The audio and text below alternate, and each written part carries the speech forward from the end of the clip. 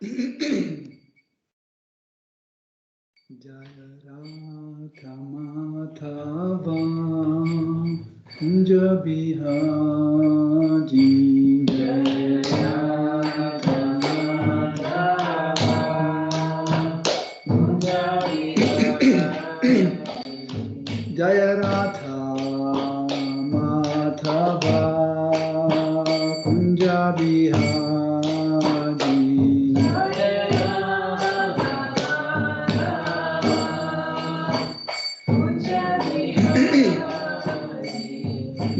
Gopi Janavalapha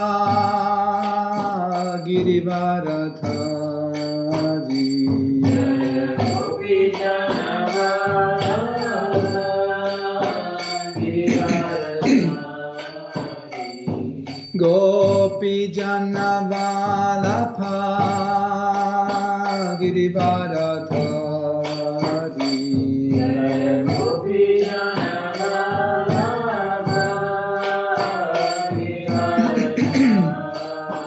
Yashodanandana Braja Janaranjana Yashodanandana Yashodanandana Braja Janaranjana Yashodanandana Braja Janaranjana Yamunathira Vanachari Yamunatira Vanachari Yamunatira Vanachari Yamunatira Vanachari Jaya Radha Madhava Kunja Bihari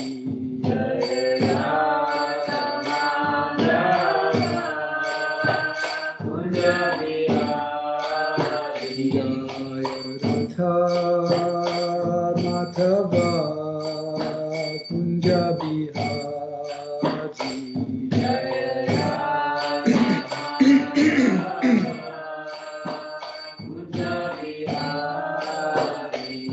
Gopi Janavalapha Girivaradhari Gopi Janavalapha Gopi Janavalapha Girivaradhari Gopi Janavalapha Girivaradhari Yashodanandana Braja Janaranjana Yashodanandana Braja Janaranjana Yashodanandana Braja Janaranjana Yashodanandana Braja Janaranjana Yamunatira Vanachari Yamunatira Vanachari Yamunatira Vanachari Yamunatira Vanachari Jaya Radha Madhava Kunja Bihari Jaya Radha Madhava Kunja Bihari Hare Krishna Krishna Krishna Hare Hare Hare Rama Hare Rama Rama Rama Hare Hare Hare Krishna Krishna Krishna Hare Hare Hare Rama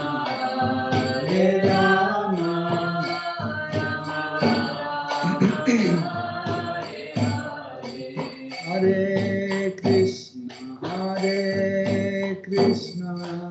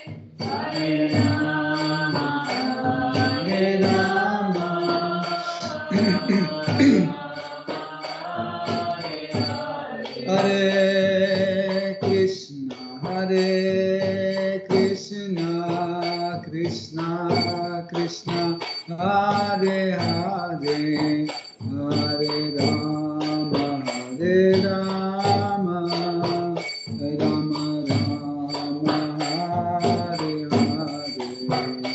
Hare Krishna, Krishna Krishna, Hare Hare, Hare Rama, Hare Rama, Rama Rama, Hare Hare. Hare Krishna, Krishna Krishna, Hare Hare, Hare Rama, Hare Rama, Rama Rama, Hare Hare. Hare Krishna, Krishna Krishna, Hare Hare, Hare Rama, Hare Rama, Rama Hare Hare. Hare Krishna, Krishna Krishna, Hare Hare, Hare Rama, Hare Rama, Rama Rama, Hare Hare. Hare Krishna, Krishna Krishna, Hare Hare, Hare Rama, Hare Rama, Rama Rama, Hare Hare. Hare Krishna, Krishna Krishna, Hare Hare, Hare Rama, Hare Rama, Rama Rama, Hare Hare. Hare Krishna, Krishna Krishna, Hare Hare, Hare Rama, Hare Rama, Rama Rama, Hare Hare. Hare Krishna, Krishna Krishna, Hare Hare, Hare Rama, Hare Rama, Rama Rama, Hare Hare. Hare Krishna, Krishna Krishna, Hare Hare, Hare Rama, Hare Rama,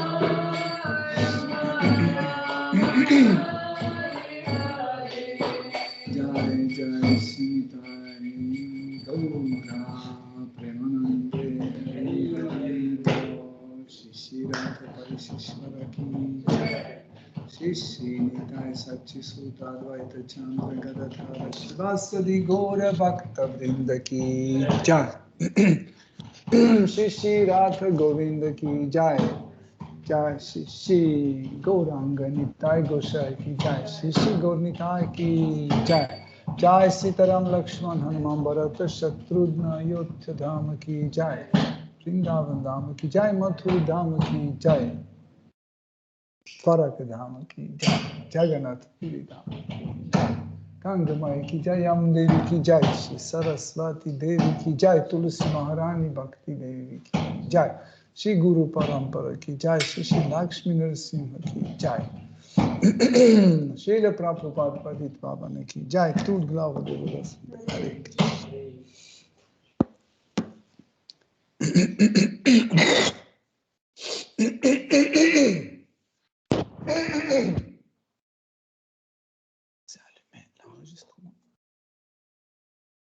Om Ajnana Timirandasya Jananjana Salakaya Chaksuran Militam Yena Tasmai Shri Gurave Namaha Shri Chaitanya Manobishtam Stapitam Yena Bhutale Svayam Rupa Kadamayam Dadati Svapadantikam Vandeham Shri Guru Shri Yuta Pada Kamalam Shri Gurum Vaishnavamscha Shri Rupam Sagrajatam Sahagana Raghunatham Vitam Tam Sajivam Sadvaitam Savadutam Parijana Saitam Krishna Chaitanya Devam Shri Radha Krishna Padam Sahagana Lalita Shri Vishakam Vitamscha He Krishna Karuna Sindhu Dina Bandhu Jagat Pate Gopesha Gopika Kanta Radha Kanta Namostute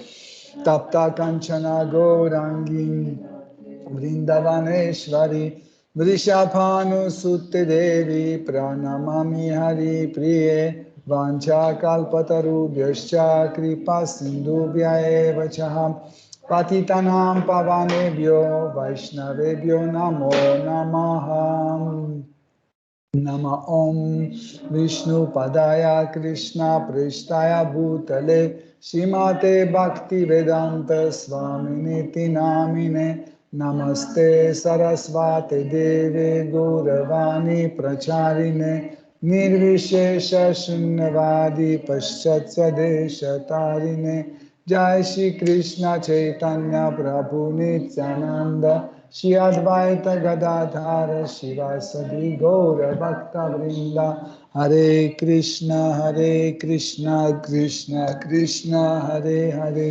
Hare Rama Rama Rama Hare Hare Hare Nama Eva Kevalam Kalo Naste Nasti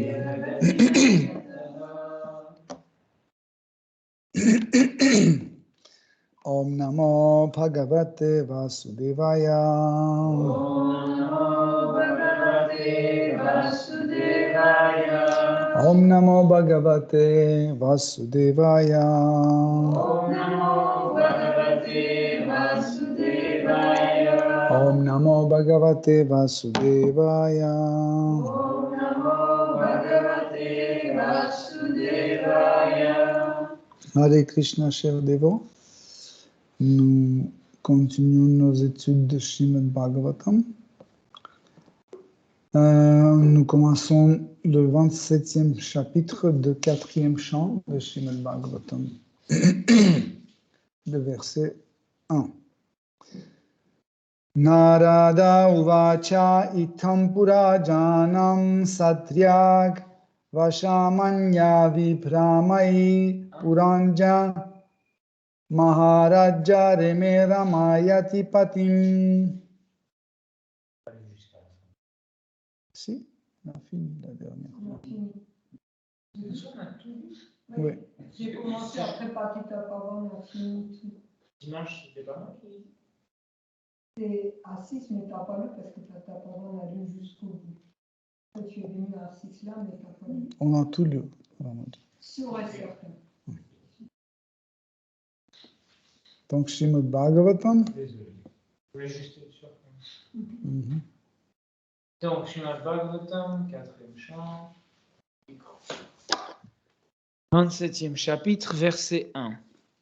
Le grand sage Narada poursuivit. Ô roi, lorsqu'il eut troublé l'esprit du roi Puranjana de maintes manières, et lorsqu'elle l'eut asservi, sa femme lui donna entière satisfaction en comblant ses désirs charnels.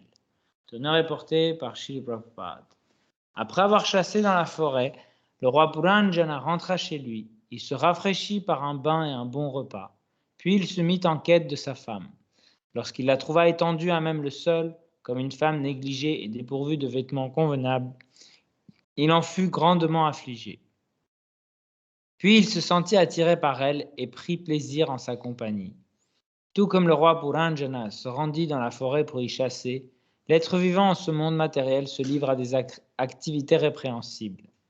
On peut racheter une vie de péché par divers exercices religieux, par exemple en offrant des sacrifices, yajna, en se liant par un vœu à la célébration d'une certaine cérémonie, vrata, en faisant des œuvres de bienfaisance, dana.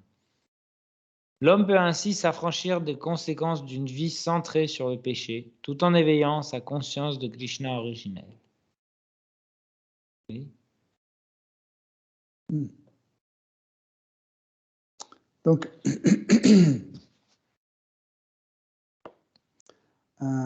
nous continuons à étudier l'histoire du roi Puranjana, en fait, qui est racontée par Narada Muni et qui est plein de métaphores et plein de sagesse. Quel est le but, en fait, l'essentiel de cette histoire et pourquoi Narada Muni explique à roi Prachinabarhishat cette histoire sur roi Puranjana.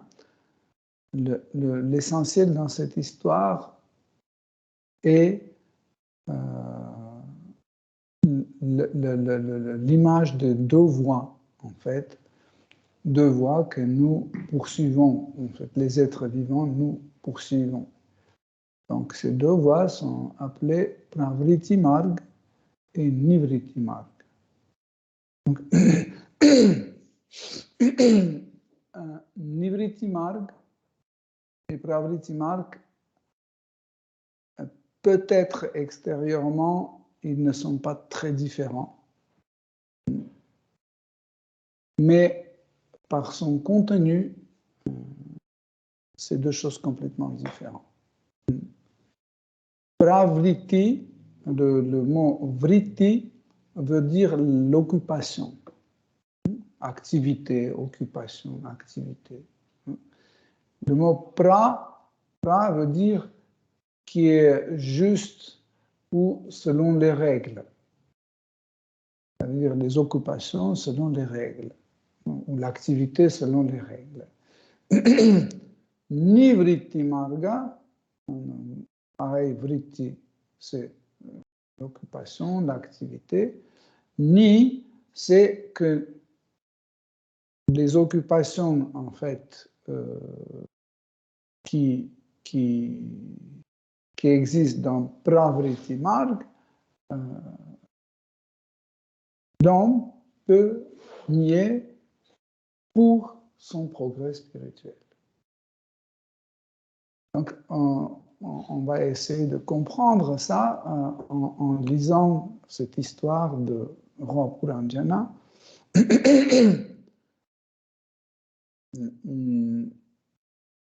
Et comme ça, nous comprendrons l'utilité de toute cette histoire, un peu métaphorique, mais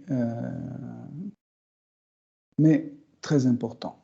On va lire les versets sans commentaire. Jusqu'à, je dis stop. Verset 2. Ainsi toujours plus submergé par l'illusion, le roi Puranjana, bien que parvenu à un haut niveau de conscience, passa son temps allongé, la tête reposant sur le bras de sa femme.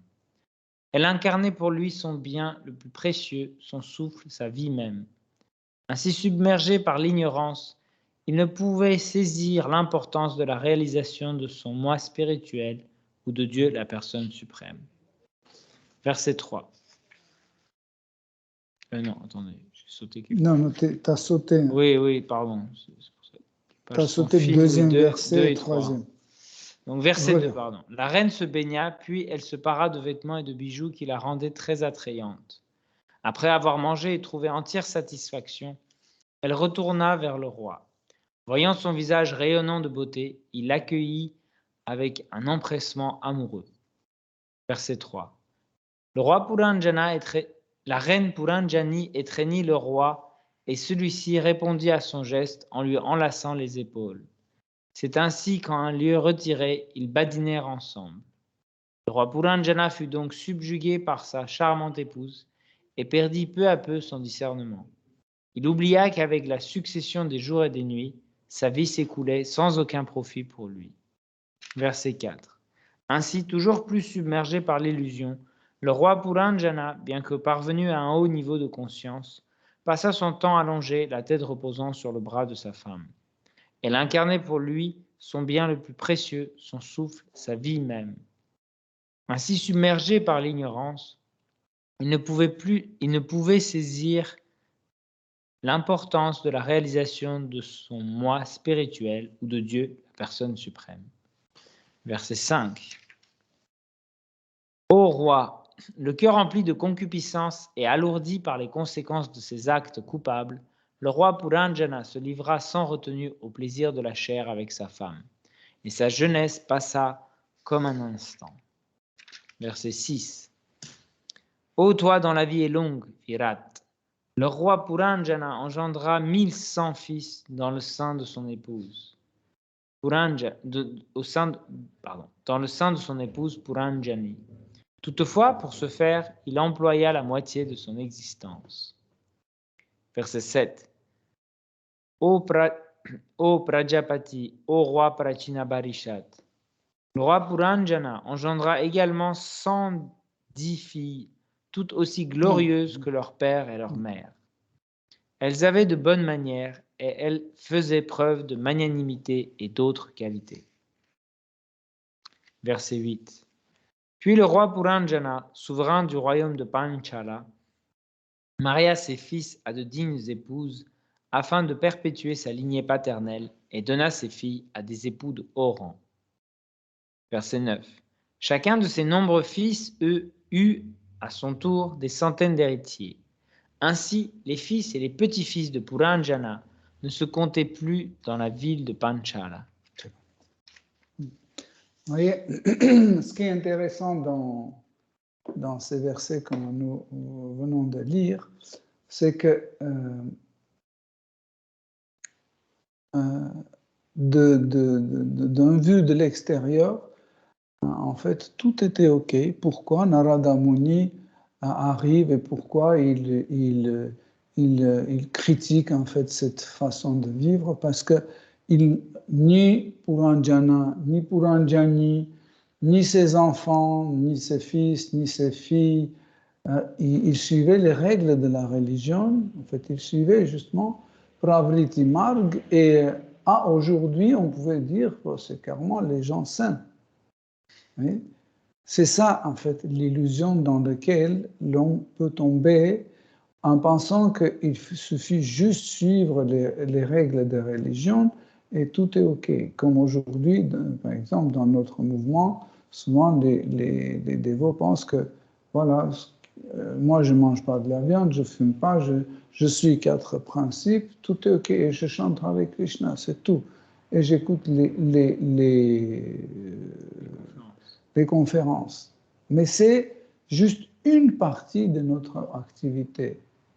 L'autre partie, en fait, la partie manquante dans notre vritti, dans notre activité quotidienne, c'est la renonciation. Quand la renonciation est manquante, elle est manquante dans la vie d'un religieux, en fait, cette façon de vivre se transforme en une forme de gratification des sens. Parce qu'il dit, est-ce que j'ai le droit de coucher avec ma femme légitime? Oui. Où est le problème? Est-ce que je peux avoir les enfants? Oui. Pas de problème. Est-ce que je peux manger des gâteaux? Oui, sans œufs. Pas de problème. Ça veut dire, qu'est-ce que je fais? Je gratifie mes sens. Mais juste me priver de certaines choses, ça ne veut rien dire, parce que de toute façon, n'importe qui, même un sale pécheur, entre guillemets, lui aussi, il se prive des choses. Hein. Il n'y a pas quelqu'un qui mange tout, qui boit tout, qui fait tout, non. Chacun, selon son faux ego, hein, selon la compréhension de la meilleure vie, il se prive de certaines choses ou le contraire. Mais le problème, c'est qu'en fait, le but pour ce type de gens, en fait, le but d'existence devient la gratification des sens. Le plaisir, en fait, de corps grossier ou le plaisir de corps subtil. Okay? Et d'une première vue, nous voyons que roi Puranjana n'a fait rien de mauvais. Chaque fois, il faisait des sacrifices des animaux qui sont prescrits par les Védas. Il avait une femme avec qui il couchait et il engendrait des enfants. Donc, où est le problème? Pourquoi Narada Muni explique qu'il y a quelque chose qui ne va pas? Et c'est quoi qui ne va pas? De première vue, on voit que ces enfants sont très gentils,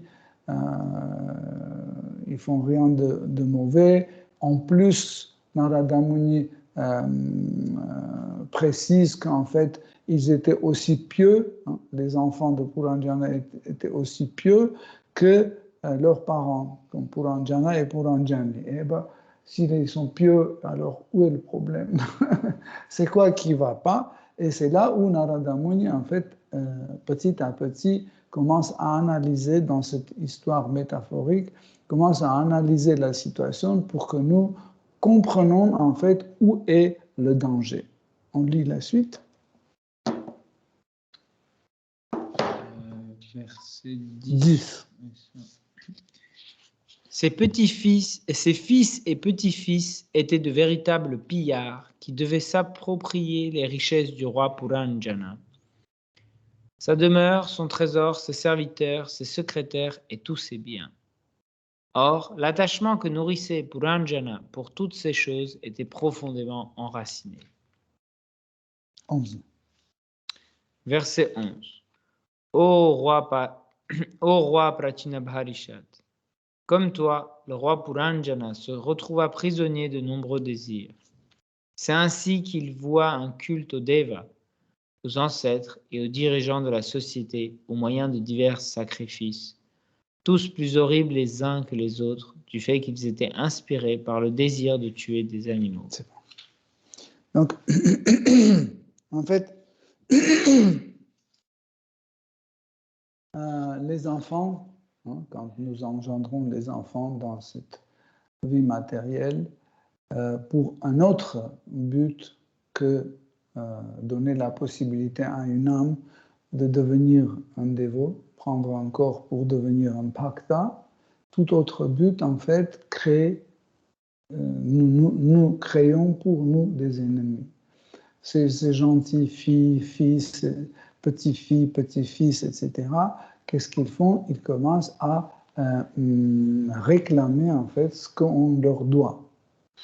N'est-ce pas?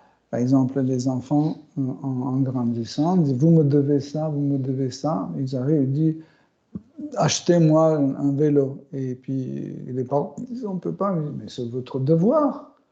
Vous m'avez produit, donc vous me devez un vélo. Vous me devez, je ne sais pas, une chambre. Vous me devez des vacances. Vous me devez ça. Ça veut dire, qu'est-ce que nous faisons?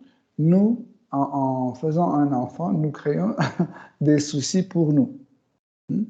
Sauf, encore une fois, je souligne, sauf si nous n'avons pas l'idée, sauf si nous avons une idée de donner la possibilité à une âme venir dans ce corps pour servir Krishna. Sinon, en fait, tout autre type de production des enfants, c'est quelque chose qui va se transformer à une forme de tragédie que nous n'imaginons pas. Et ici, Narada Muni montre comment ces gentils enfants, ces gentils petits-enfants ont commencé petit à petit piller le bien de Puranjana et qui était très attaché à son bien. En fait, comment nous nous attachons à notre bien? Parce que nous savons que cette chose est pour nous faire plaisir. Souvent, les gens n'arrivent pas à jeter des choses. Pourquoi ils n'arrivent pas à jeter des choses? Parce qu'ils trouvent que cette chose, c'est quelque chose qui va me donner plaisir. Vous voyez? Chaque chose chez moi, par exemple, les chaises, le canapé, la télé, l'ordinateur, c'est investissement, en fait. C'est une partie de moi, de mon énergie que j'ai investie. C'est une partie de moi, de ma vie. Et maintenant, si je le jette, c'est comme si je jette une partie de moi. Donc, je vais le garder, je vais le conserver. Et de plus en plus, c'est moi qui a fait, oh, j'ai construit cette maison, oh, c'est ma maison. Comme ça, je deviens de plus en plus attaché. Et en fait, cet attachement devient la source de malheur, en fait, la source de souffrance pour un être vivant. En général, il y a plusieurs causes de souffrance, et la cause la plus forte de souffrance, c'est l'attachement. Bien sûr, il y a d'autres aussi causes, comme par exemple l'ignorance. L'ignorance, c'est aussi une forme en fait, qui nous fait souffrir, mais l'attachement qui vient de Rajas, en fait, qui est le plus douloureux. Parce que, par exemple, je suis attaché à mon argent et mes enfants me prennent mon argent, ça veut dire qu'ils me prennent ce que à quoi je suis attaché, même si je dis ben, finalement prenez tout parce que c'est pour vous que j'ai travaillé, prenez tout. Et en fait, il le prend et puis après quand il n'y a rien, en fait, il n'y a rien à prendre, tu perds ton rôle parce que ton rôle c'était juste les nourrir, les soutenir, etc., etc. Vous voyez? Parce qu'en fait, ce type de relation entre les membres de famille, c'est une forme de business, en fait. C'est une forme de comment on dit en français, business? Échange. Entreprise, commerce. Hein? Troc. Oui, commerce, troc. L'échange, c'est commerce. Ah. Je fais quelque chose, tu fais quelque voilà, chose. Voilà, c'est comme ça. En fait, la relation familiale se transforme à une relation commerciale. Donc, je te donne, tu me donnes. Quand tu m'as donné beaucoup, je te dis. Mais si tu me donnes rien, c'est fini. Vous voyez? Et souvent, ce qui se passe, c'est que quand on ne peut plus rien prendre de cette personne, on l'abandonne. Hein? Et la personne qui est abandonnée se sent triste, malheureuse, etc., etc. Donc, mais comme on va comprendre dans la suite, ça ne se passe pas tout de suite, parce que nous sommes toujours sous l'influence d'illusions. Et chaque fois, nous pensons que nous sommes très intelligents, on voit tout, on prévoit tout. Quand quelqu'un qui dit « T'inquiète pas, je maîtrise la situation, je connais tout », et quand Guru nous fait des remarques, on dit « Mais pourquoi il ne comprend pas, c'est un mauvais Guru, il m'a dit ceci, cela, il ne voit pas que moi je contrôle tout, etc. etc. » Et puis, hop, il y a un petit vent qui souffle et tout s'écrase, tout s'écroule. Donc, en fait,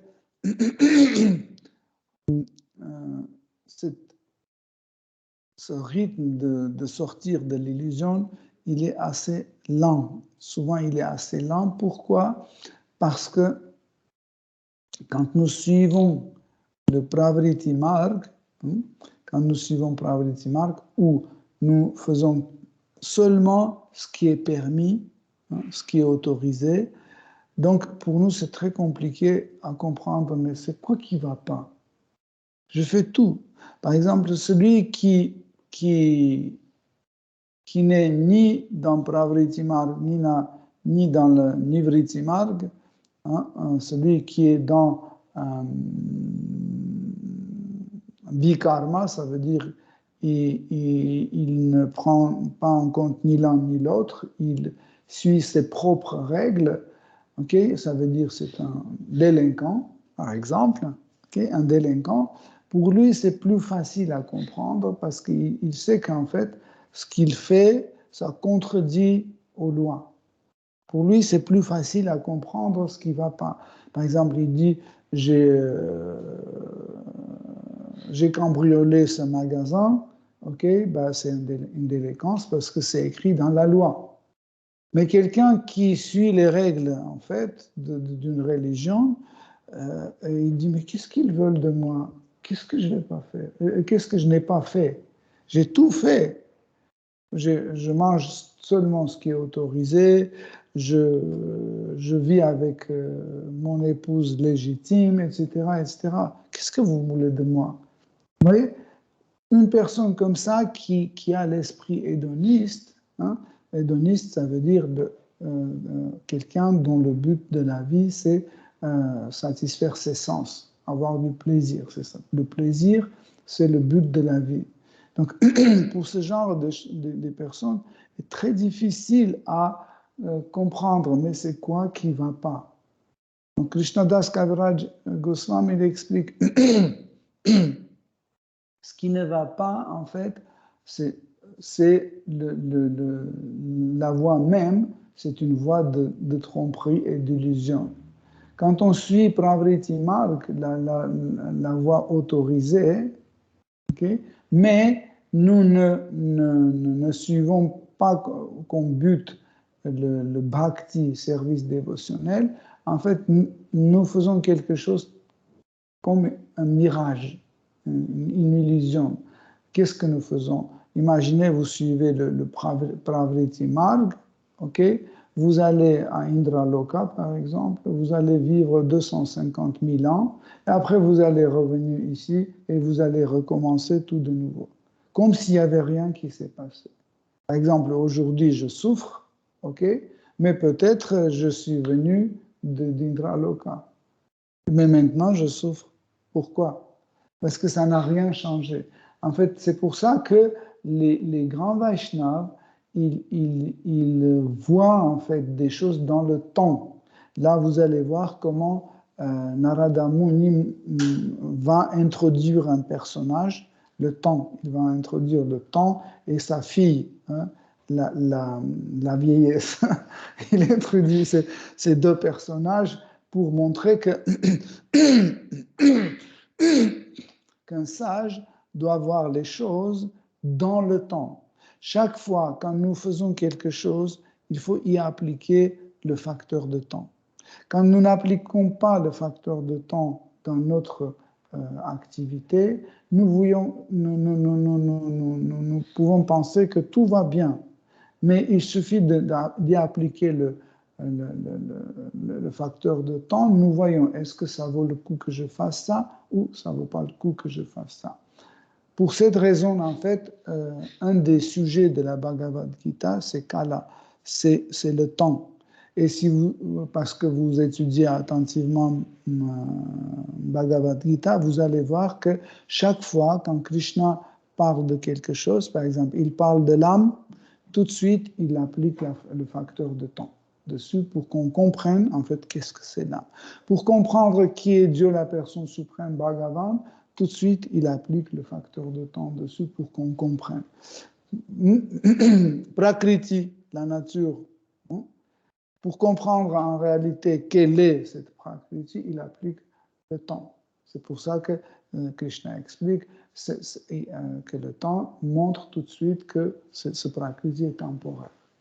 Et karma, quand il parle de karma, tout de suite il applique le facteur de temps pour qu'on voit qu'une action va engendrer une réaction. Qu'est-ce que ça veut dire? C'est que nous appliquons le facteur de temps pour voir cette chose clairement, qu'est-ce que c'est en elle-même. Et ici, en fait,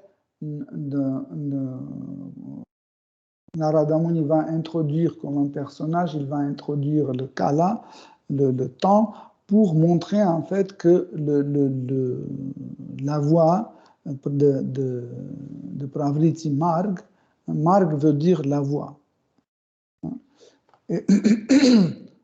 Et en fait,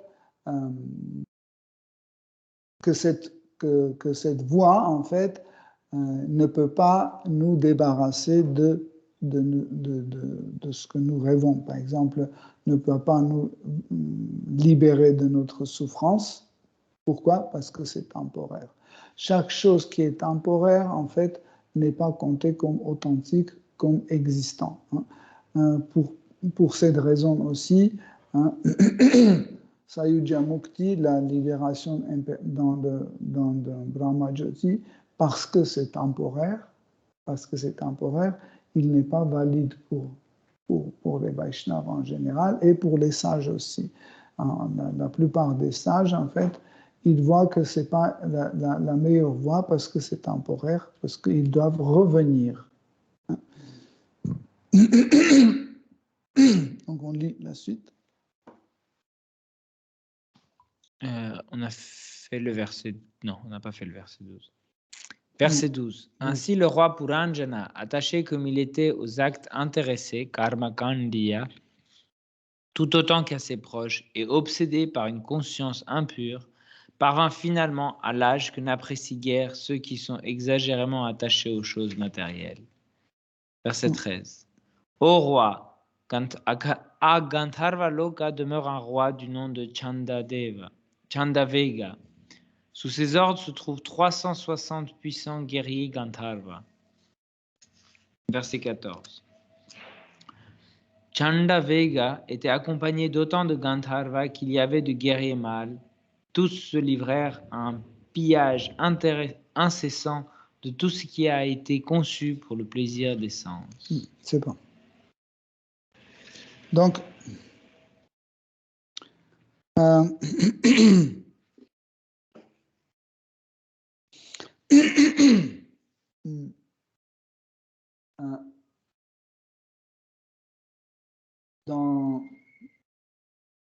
dans la vie matérielle, dans ce monde matériel, le principe de karma est tellement fort que nous ne pouvons pas nous échapper de karma, sauf si on s'abandonne à Shri Krishna. Ce qui est important à comprendre, que dans la réaction karmique, plus on agit, plus on crée le réseau d'attachement. Par exemple, je suis un célibataire, ok? J'ai moins de monde à visiter, j'ai moins de cadeaux à faire, par exemple. Okay? Mais après, je me suis marié, donc j'ai une personne de plus, ma femme, à qui je dois donner mon énergie et mon argent. Après, j'ai 3 enfants, encore 3 personnes de plus. Mes beaux-parents, ils s'ajoutent. Les frères et les sœurs de ma femme, etc. etc. Donc, j'ai de plus en plus du monde, en fait, avec qui je fais une interaction, avec qui je crée des attachements, les obligations, etc. Après, j'achète une voiture. Donc, la voiture m'oblige d'avoir un garage.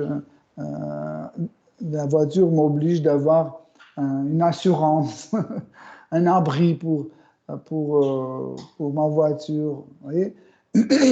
Après, j'achète une maison, pareil. Il faut que je paye l'électricité, etc., etc. Donc, plus on est actif dans la vie, plus on crée des attachements et des obligations. Vous voyez? Et en fait, dans le temps, plus on grandit, chaque année, il y en a plus en plus, jusqu'au moment où, au final, on se déchire en 1000 morceaux, comme on fait maintenant. On doit aller là, apporter un gâteau ici, aller, je ne sais pas, réparer l'électricité là, etc. Et tu vois que, en fait, ce que tu fais, juste tu te déchires pour remplir telle ou telle obligation. J'ai pas le temps, je dois faire ça, je dois faire ça. Mais, je ne me pose jamais la question, quelle est la chose la plus importante sur cette liste de mes devoirs? Et je regarde, il n'y a rien qui est lié à ma vie spirituelle. Tout est lié à mes obligations sociales, professionnel, etc., etc. Mais ce qui est vraiment spirituel, j'ai aucune note sur ma liste, vous voyez. Et là, Narada Muni montre comment roi Puranjana, en fait, dans le temps, il a créé tellement grand réseau et il doit acheter des cadeaux pour tout le monde, pour ses petits-enfants, pour les petits-enfants de ses petits-enfants, et parce que il n'a pas limité sa vie sexuelle, donc il a engendré tellement d'enfants, tellement de filles et de fils, que sa famille est devenue tellement énorme qu'il n'arrive pas à la maintenir. Et pour ça, il est obligé, pour avoir en fait plus en plus de richesses matérielles pour maintenir cette famille énorme, donc il est obligé de tout le temps continuer à faire des sacrifices, faire des sacrifices et encore pour amener encore plus d'argent, plus d'argent. Regardez, ça veut dire je vais faire souffrir les animaux juste pour maintenir mes enfants ou ma famille. Okay? Ça ne veut pas dire que si dans Srimad Bhagavatam, il est écrit que on peut faire les sacrifices des animaux, hein, ça ne veut pas dire qu'on doit faire. Ne sois pas étonné par ce que j'ai dit. Hein? Encore une fois, si c'est recommandé, ça ne veut pas dire qu'on doit faire, parce qu'il y a d'autres recommandations. Donc, et l'homme intelligent doit choisir parmi ces recommandations laquelle est la plus importante et plus, comment dire, plus important. Donc, il faut choisir. Et là, nous voyons qu'en fait, tous ces sacrifices que nous faisons, de toute façon, on fait souffrir ces animaux. Même si les sacrifices sont bien faits, même si Seigneur Vishnu vient sur ce sacrifice, etc., quand même, on a fait souffrir cet animal. Oui, oui. Par exemple, je prends un cheval, je l'égorge et je jette son corps dans le feu, n'est-ce pas? Et après, il y a un corps, avec un corps humain, cette personne sort du feu. Mais le temps que je l'ai amené, je l'ai attaché, cet animal était déjà angoissé parce qu'il sent qu'on va le tuer. Et après, quand on le prend pour le égorger, il souffre. Mais justement, c'est ça qui explique Narada Muni. Il n'y a aucune nécessité. C'est pour ça que parmi toutes les recommandations des écritures védiques, l'homme doit comprendre laquelle parmi tout cela est le meilleur. C'est pour ça que quand Narada Muni est venu voir roi Prachina Parikshit pour lui expliquer qu'en fait, ce n'est pas la bonne voie que tu as choisie. Il y a des voies meilleures que cela. Quand tu poses la question pourquoi Maharaj Yudhishthira le faisait, parce que la majorité des gens, en fait, ils n'arrivaient pas, en fait, par leur tamas, ils n'arrivaient pas à voir quelle recommandation des écrits védiques est la meilleure. Et en fait, si les rois ils faisaient ce genre de sacrifices, c'est parce que c'est la seule chose que le peuple pouvait faire, c'est ce sacrifice. Il ne pouvait pas faire plus. C'est pour ça que parmi les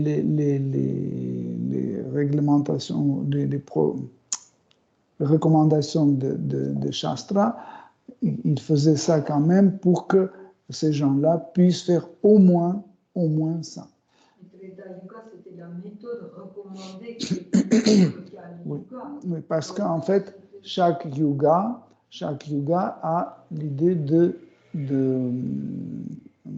karma collectif. Ça veut dire qu'à chaque période temporaire sur la Terre, il y a une catégorie des gens qui ressemblent par leur qualité corporelle, par leur qualité mentale, etc. Ils ressemblent.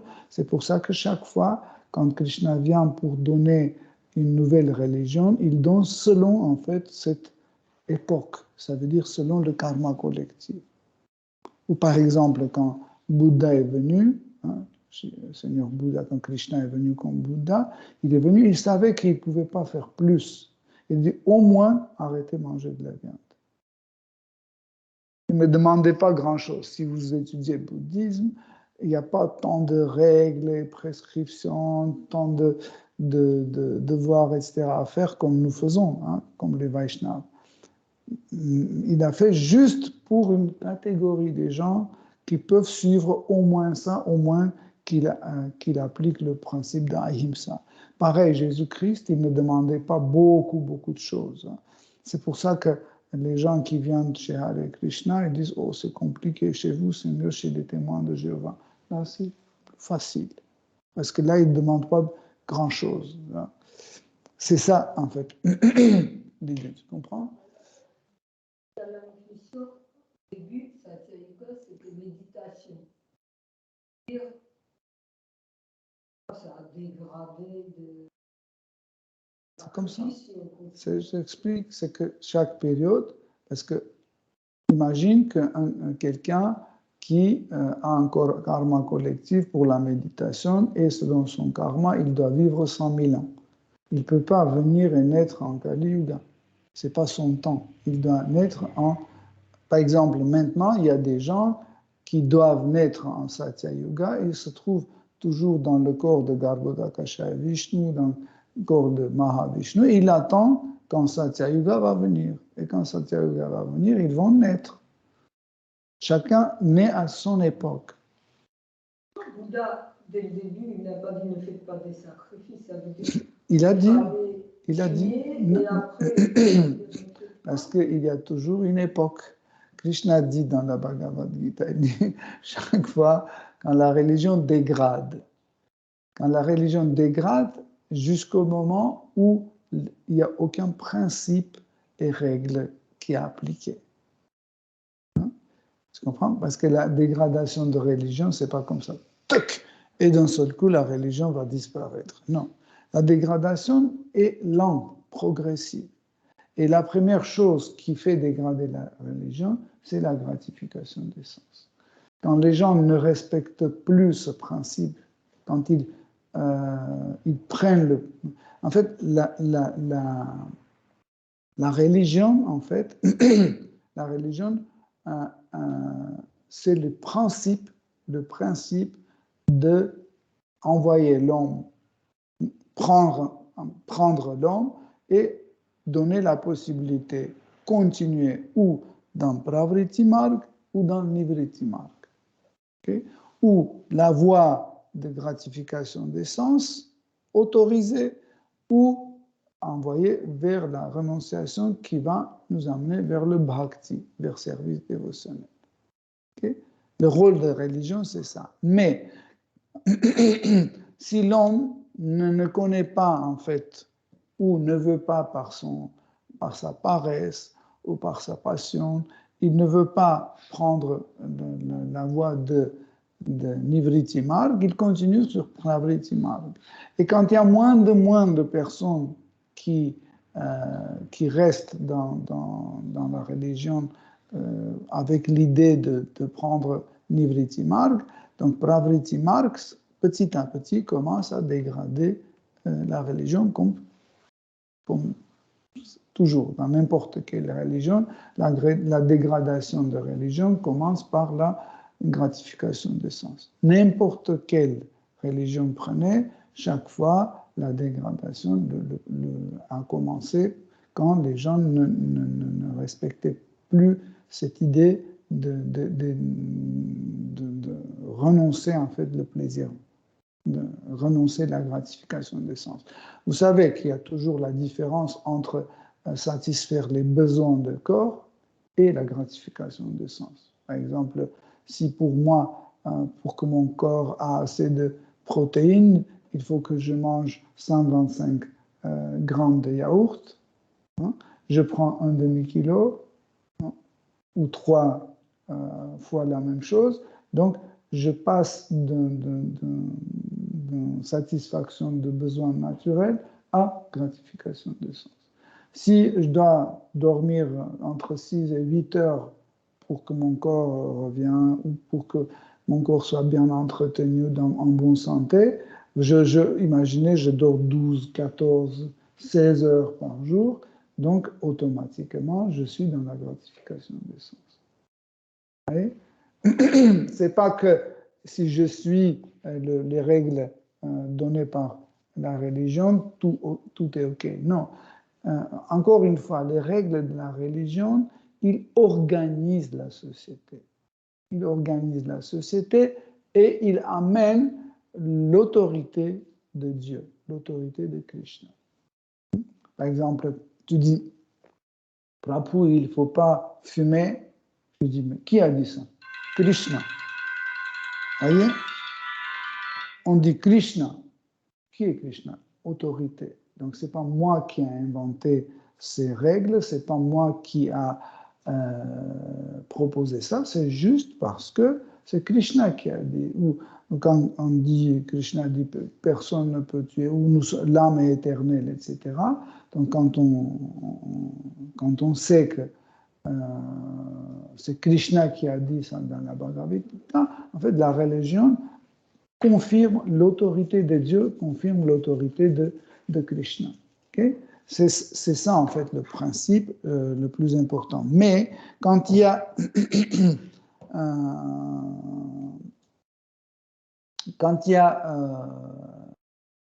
cette idée que le but de la vie, c'est la gratification des sens, et en fait, Dieu existe pour nous donner dont nous avons besoin. C'est pour ça que je suis venu dans la conscience Krishna, pour avoir des belles pakoras, pour manger les chutneys, etc. Et de temps en temps danser, chanter. Donc c'est pour ça que je suis venu ici, c'est tout. Le reste, ça ne m'intéresse pas, l'austérité, renoncement, etc., etc. Sthaibhava, Vibhava, Anubhava, Sattvika Bhava, ça ne m'intéresse pas parce que ça n'apporte rien. Je ne sens pas rien dans la bouche, dans les oreilles, rien. Je veux danser, chanter, faire la fête, etc. Donc, c'est tout. Vous voyez?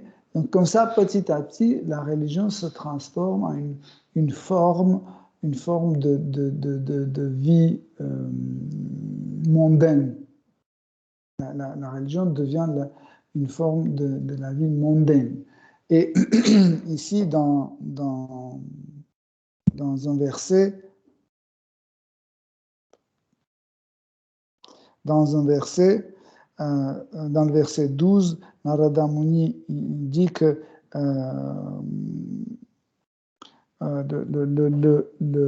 petit à petit, pour Roi Puranjana, est venu le temps qui n'est pas aimé par les gens qui sont très attachés à ce monde matériel. C'est la vieillesse. Les gens n'aiment pas la vieillesse. Pourquoi? Parce que la vieillesse, en fait, empêche la gratification des sens. Et là, en fait, parce qu'ils sont attachés à la gratification des sens, en fait, quand même, dans cette situation souffrante, les gens continuent à faire la gratification des sens. Par exemple, ils ont plein de maladies, etc. Et ils se rencontrent, ils se voient les malades, ils commencent à dire, oh, tu sais, je prends ces cachets-là, ils sont très bien pour la tension. Elle dit, non, ça c'est pas bien. Mieux boire les vitamines C, C3 ou B3, je sais pas quoi, ça c'est meilleur. Ah oui, mais moi j'ai mesuré ma tension, elle était très basse hier. Ah oui, etc. Ah oui, mais moi, et ça devient une forme de prajalpa, une gratification des sens. Vous voyez, allez voir le médecin qui dit, oh madame, vous avez ça, oh monsieur, vous avez ça. Et après, tu racontes, tu as appelé à ton enfant qui tient le téléphone comme ça. En même temps, il écrit ces trucs-là, il fait ses affaires. Il dit, oui, maman, oui, maman. Et parce qu'il en a marre, écoutez. Ça, c'est une forme de gratification des sens. Et les Shastras disent que même l'homme arrive même gratifier ses sens en enfer. Hein? Par exemple, quand on change les outils de torture, au moment de changement, c'est les vacances. Ça dure, par exemple, je ne sais pas, 4-5 minutes. Le moment où, par exemple, quand l'outil se casse, par exemple, on te torture avec un outil et cet outil se casse, tu te dis, waouh, une gratification des sens. L'homme qui cherche la gratification des sens, il va le trouver même en enfer. Vous voyez? Et en fait, Narada Muni, comme on a dit, il montre comment petit à petit, en fait, il voit qu'il n'arrive pas à prendre le même plaisir dans sa vie comme avant. Pourquoi? Parce que, comme j'ai expliqué, en fait, ces activités et ces attachements ont tellement ramifié des choses et qu'il n'arrive pas, il n'a pas assez d'énergie pour s'occuper de ça, de ça, de ça, de ça, de ça. Pourquoi, quand on vient dans la conscience Krishna, Guru nous dit, il faut que tu te détaches des choses, plus en plus. Abandonne des choses, abandonne des choses. Nous ne pouvons pas continuer à aller sérieusement dans la conscience Krishna, progresser dans notre vie spirituelle, si on veut à tout prix, par exemple, aller voir et nos parents, et notre tante, notre grand-mère, notre ami de l'école, aller participer à la fête des universitaires, aller chez les fêtes des voisins, aller à l'anniversaire de mes collègues de travail. Si vous faites tout ça, quand est-ce que vous allez faire votre vie spirituelle? Quand est-ce que vous allez chanter vos tours? Quand est-ce que vous allez...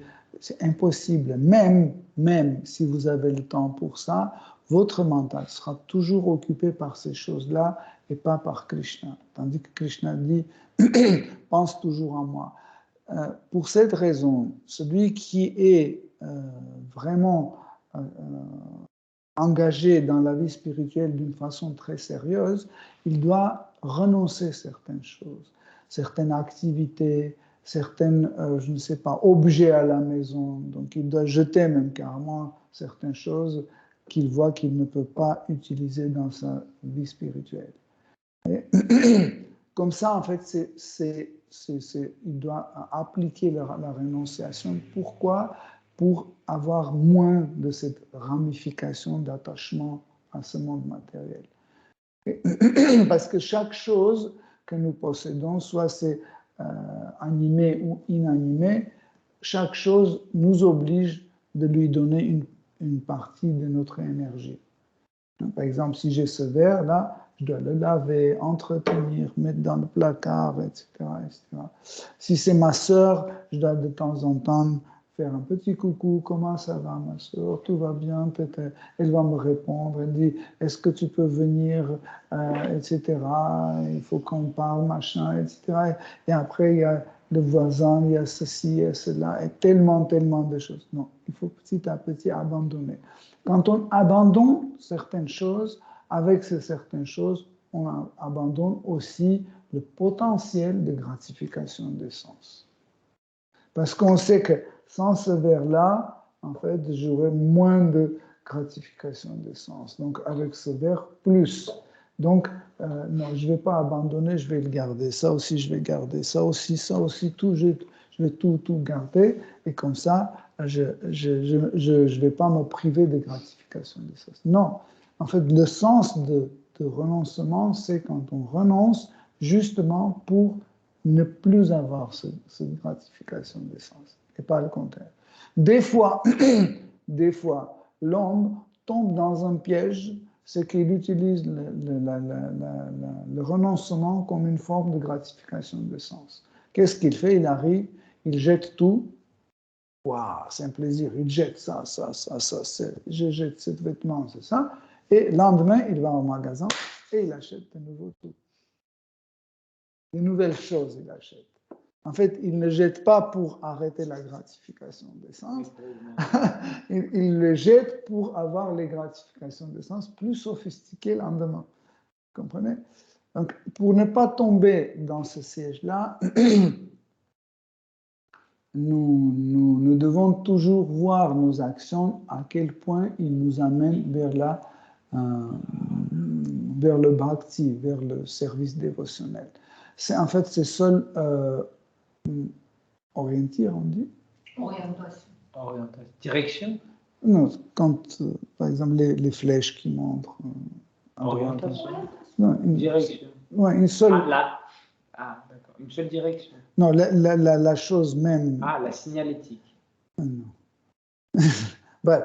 Panneau, signalétique. Vous avez compris, en fait, on doit toujours voir, en fait, est-ce que ça nous amène sur Bhukti ou ça nous amène vers Bhakti. Donc, si ça nous amène vers Bhukti, donc on ne veut pas. Même si c'est par sa forme, c'est un renoncement. Extérieurement, ça ressemble à un renoncement, mais ça nous amène vers Bhukti et pas vers le Bhakti. Par exemple, je peux dire, voilà, je vais jeûner Kadashi à sec, etc. Et en fait, à la fin de journée, je suis tellement content. Je dis, voilà, maintenant, Bhakta Paul, il va voir qu'est-ce que c'est le vrai renoncement. Vous comprenez? En fait, qu'est-ce que j'ai fait? Je suis allé avec le renoncement, pas vers le bhakti, je suis allé vers le bhukti. Pour cette raison, Rupa Goswami a dit, pour ne pas se perdre, toujours voyez, où ça amène. Si cette action, même si c'est une action religieuse, voyez, même si c'est dans les règles et prescriptions, si ça nous tourne vers le bhukti, donc rejetez. Si ça nous amène vers le bhakti, faites-le. Ok, Hare Krishna, aujourd'hui on va s'arrêter là. Dimanche, on va continuer l'histoire de roi Puranjana. Je pense que dimanche prochain, on va finir le chapitre. On a encore un autre chapitre sur la même histoire. Voilà, si vous avez des questions, des commentaires. J'aimerais bien revenir encore sur cette histoire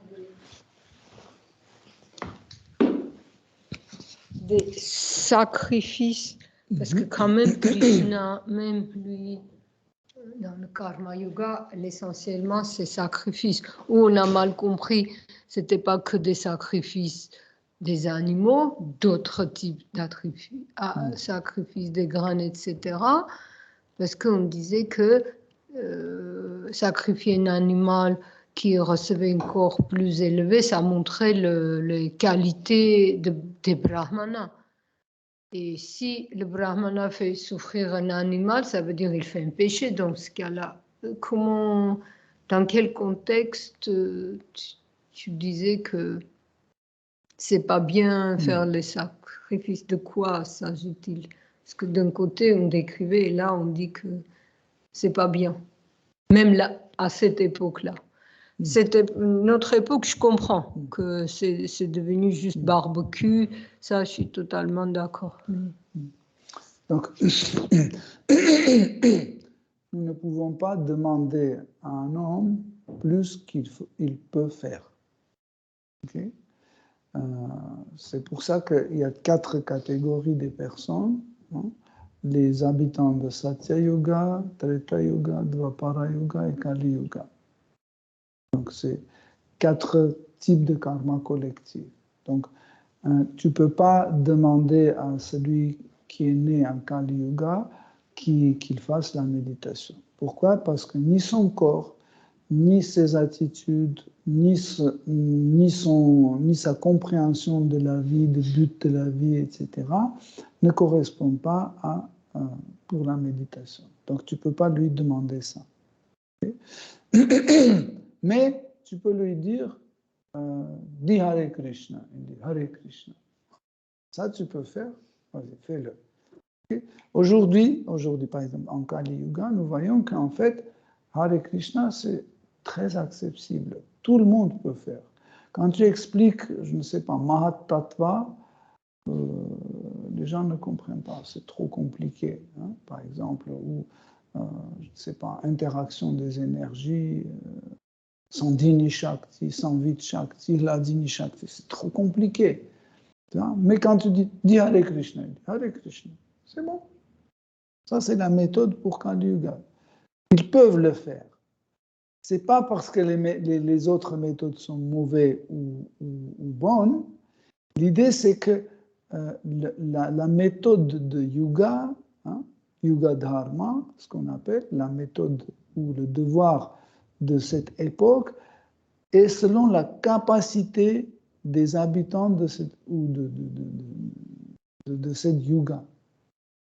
Tu comprends? C'est pour ça qu'en fait, chaque fois, Krishna donne une nouvelle méthode qui est appropriée pour ce public. Il ne peut pas donner une autre qui est impossible.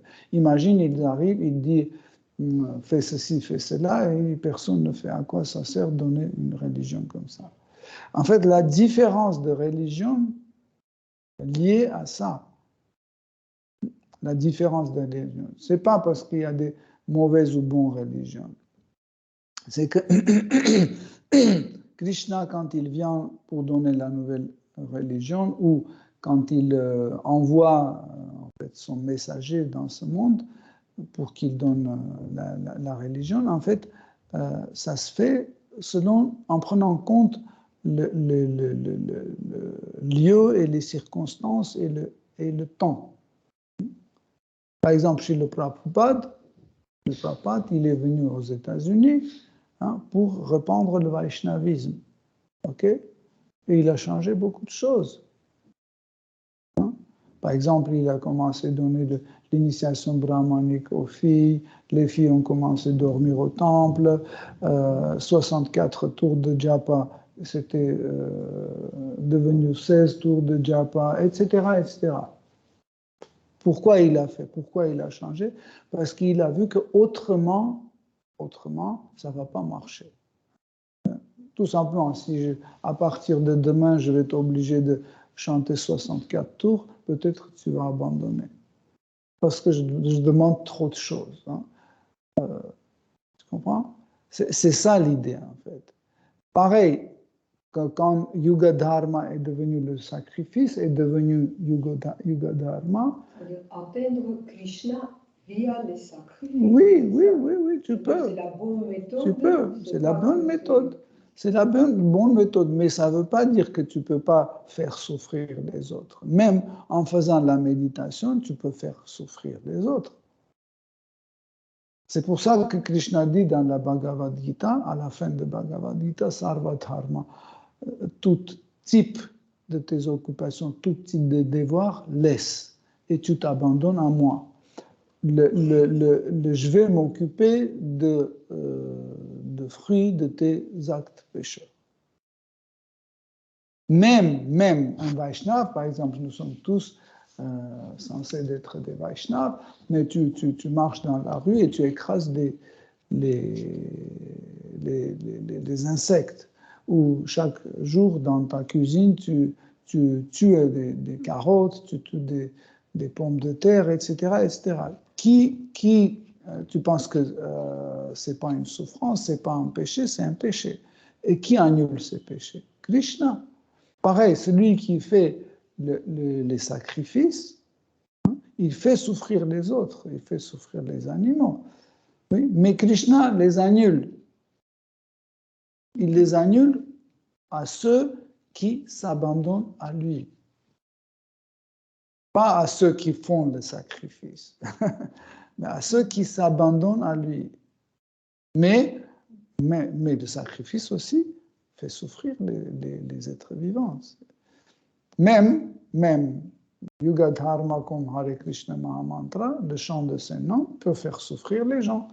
Par exemple, pendant des années, on a fait souffrir nos voisins. Et vous vous souvenez comment il rentrait à Yoga Lyrique? Parce qu'on les a fait souffrir par le sein, non. En faisant notre yoga dharma, on les a fait souffrir. Tu ne peux pas dire non. Oui, parce que je les voyais souffrant. Les yeux rouges, énervés.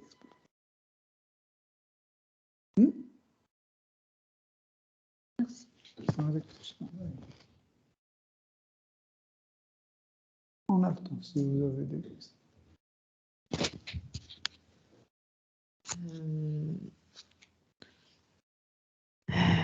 Comment on peut... Plus fort. Ah oui, il y a certaines situations où, par exemple, quand on va voir notre famille ou des collègues et puis on leur donne, par exemple, du prasad ou voilà, on leur rend visite, etc. Comment distinguer en fait quand c'est un service et quand c'est juste voilà parce qu'on est attaché, on n'a pas, c'est pas qu'on n'a pas envie de les voir, mais j'ai peur de les blesser. Alors parfois je sens que ok, toujours je leur donne du prasad, etc. Mais je vois que de toute façon, pas comme si je pouvais, ils n'allaient pas devenir dévots tout de suite, quoi. Donc j'ai l'impression que je perds du temps. Donc, parfois, je sais pas, ou parfois je suis avec ma famille et par exemple, j'ai le sentiment que en vacances, voilà, je me suis trop isolée ou j'ai fait trop, par exemple, je distribuais les livres ou je passais trop de temps juste sur mon service, j'étais jamais avec eux. Et donc j'ai l'impression, j'aurais peut-être pu être un peu plus avec eux et on aurait peut-être pu plus parler même, parfois ça m'est arrivé avec ma mère de parler de la Bhagavad Gita. Donc je ne sais pas quand est-ce qu'il faut en fait, il y a, on peut appeler une petite règle quand on se trouve dans une situation laquelle nous dérange à progresser, nous devons changer cette situation. Pas seulement que ça nous dérange à progresser, mais le contraire, ça nous fait régresser. Quand chaque jour on chante moins bien, moins de tours, on pense moins à Krishna, etc., etc., donc mieux abandonner. Parce que je me souviens quand on est venu dans la conscience Krishna avec Rasalda, pour nous c'était très difficile parce que j'avais 1 million d'amis. Vraiment. Vous avez vu combien d'amis j'ai jusqu'à maintenant en fait, même si je les appelle pas, je les vois pas pendant des dizaines d'années, ils me considèrent comme leurs amis. Mais je les ai abandonnés. J'appelle pas, je passe pas les voir, j'appelle pas pour leurs anniversaires. Pourquoi? Il faut le mettre dans... Hein? Parce qu'en fait, je sais que si je fais tout ça, je vais ni chanter mes tours, je vais ni étudier les livres, je vais pas donner des conférences, etc., etc. Je vais que faire ça. Tu vois? Pour cette raison, je dis, bon, il faut que j'abandonne. Ceux qui comprennent, comprennent. Ceux qui ne comprennent pas, tant pis. Parce que tout simplement, tu peux te poser la question, dans mes vies précédentes, combien de mères et pères que j'ai eu? Millions. Combien d'amis, des frères, des sœurs que nous avons eus? Milliards. Où ils sont? Est-ce qu'ils sont là? Non. Pourquoi? Et ce que nous avons actuellement, ils vont disparaître aussi. Bon. Si je consacre ma vie à faire le gentil, juste parce que j'ai peur que ça va les vexer, etc., parce que là, ils peuvent dire, bon, je suis très vexé, tu es venu à mon anniversaire, j'ai fait un gâteau, tu ne veux même pas goûter, et alors il y a un peu d'œuf, etc.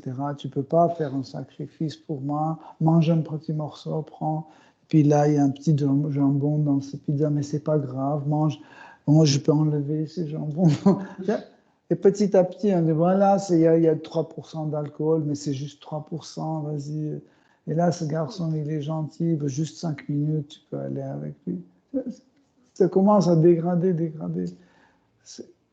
Il faut pouvoir stopper et dire non. Parce qu'en fait, la vie spirituelle est au-delà de toutes sortes de lois, moralité, etc. Prendre le meilleur exemple, c'est les gopis.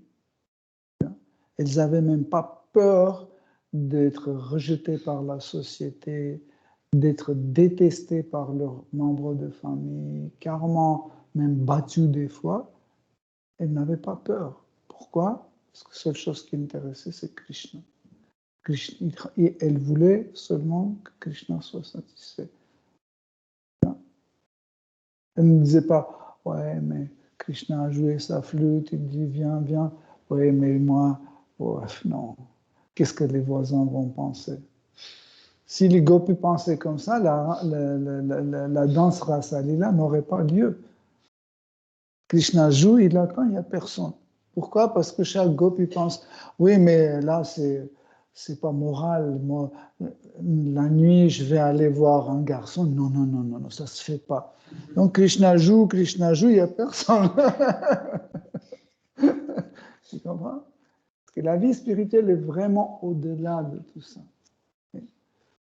Mais ça ne veut pas dire que si quelqu'un est pervers, c'est la vie spirituelle. Non. Parce que perversité ou non-perversité, moralité ou non-moralité, c'est la même chose.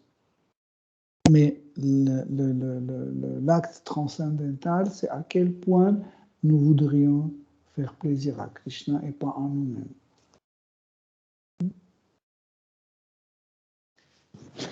Et aussi, je voulais dire, souvent nous pensons que nous sommes les dévots, c'est pour ça on n'arrive pas à avoir une meilleure relation. Dans ce cas-là, regardez, il y a tellement peu de dévots dans ce monde et les gens, je dirais pas qu'ils sont pas les dévots, ils sont en super bien relation dans leur famille, je veux dire. Et en général, même si la famille, ils sont pas d'accord sur notre vie spirituelle, mais en général, ils respectent, ils comprennent et ils aiment. Je veux dire, ils disent, nous, on ne peut pas. C'est rare quand même que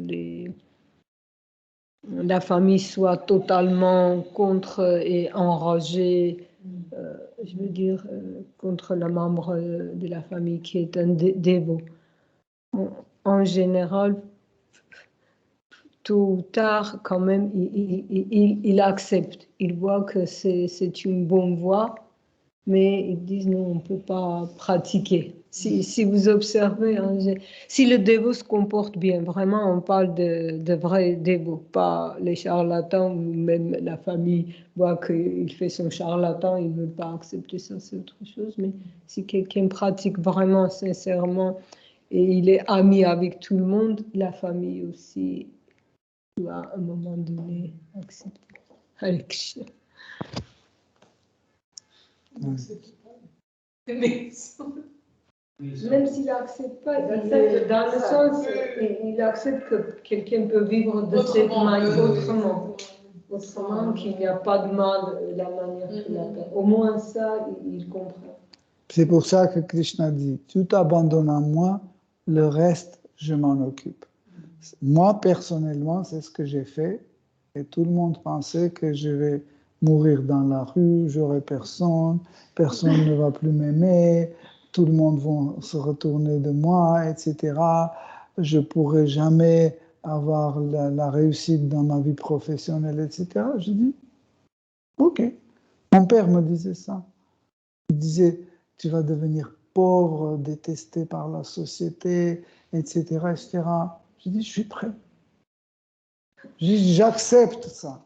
Il disait, tes enfants, je me rappelle, viendront te demander, quand ils iront à l'école, à l'époque, c'était 10 kopecks. 10 kopecks, comme c'est 10 centimes, on pourrait acheter un sandwich. Il disait, ils viendront te demander 10 kopecks et tu diras, j'ai pas 10 kopecks. Et ils auront faim. Et il disait, oui, je suis d'accord. C'est comme ça. Ok, Hare Krishna, cher Devo, Srimad Bhagavatam ki jai, Srila Prabhupada ki jai. Tout gloire aux dévots assemblés.